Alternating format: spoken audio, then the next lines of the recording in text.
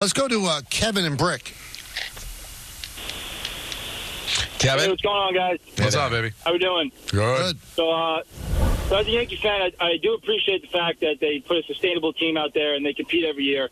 But what I want to talk about is Brian Cashman, since 2017, since they've been on this, Judge era, has been an absolute failure at every single trade deadline. You can go down the list: Paxton, Gray, Montas, Gallo, Benintendi.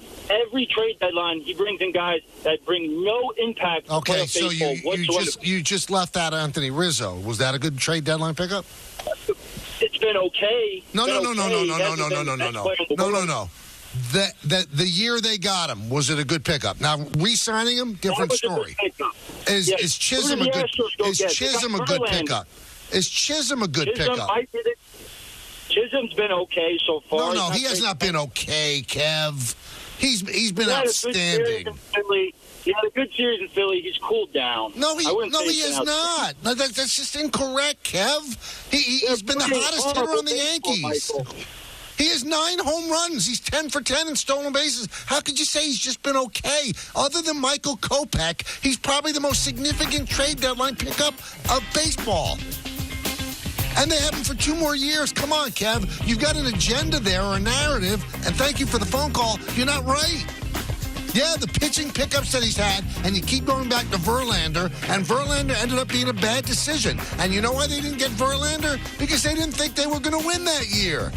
That was a year that they actually thought they weren't going to win. And it was a mistake. They might have won that year. They went to the 7th game of the ALCS without Verlander. If they had him, maybe they beat the Astros. So, hindsight being 2020, that was a bad move, not getting him. And I think that one of the reasons, and we asked Brian this when he was on the air with us at the trade deadline, that they don't get that earth-shattering move at the trade deadline, they're prospect huggers. They really believe in their prospects. And a lot of them don't work out, but a lot of them do. I mean, everybody keeps saying the Yankee farm system's so bad.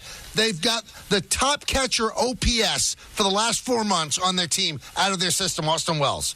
Clark Schmidt, before he got hurt, was an all-star out of their farm system. Aaron Judge out of their farm system. Anthony Volpe won a Gold Glove last year. He's hitting .250 this year out of their farm system. So, I mean, there are certain narratives that people want to grab onto and they don't let go. Some of it has validity, but some of it's nonsense.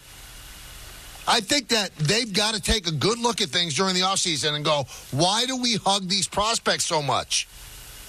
Let's fool other teams. If we don't think Spencer Jones is going to be great, trade him. Now, I wouldn't have traded Jason Dominguez for Michael Kopech. I wouldn't have. I don't think that's responsible. Jason Dominguez is going to be your left fielder for the next 10 or 12 years. Maybe your center fielder. You don't trade that for a relief pitcher.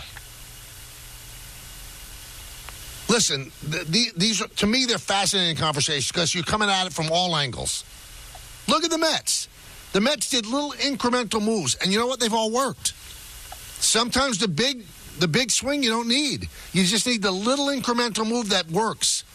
Did anybody think Phil Maytown was going to be a big pickup? He's a big pickup, isn't he? Did anybody think that Jesse Winker was going to be a big pickup? It turned out to be a big pickup. You got to pick the right people. And you can't say that Chisholm's been okay. Then you're operating on a false narrative. He's been great. He hasn't been great in the field. He's been great offensively.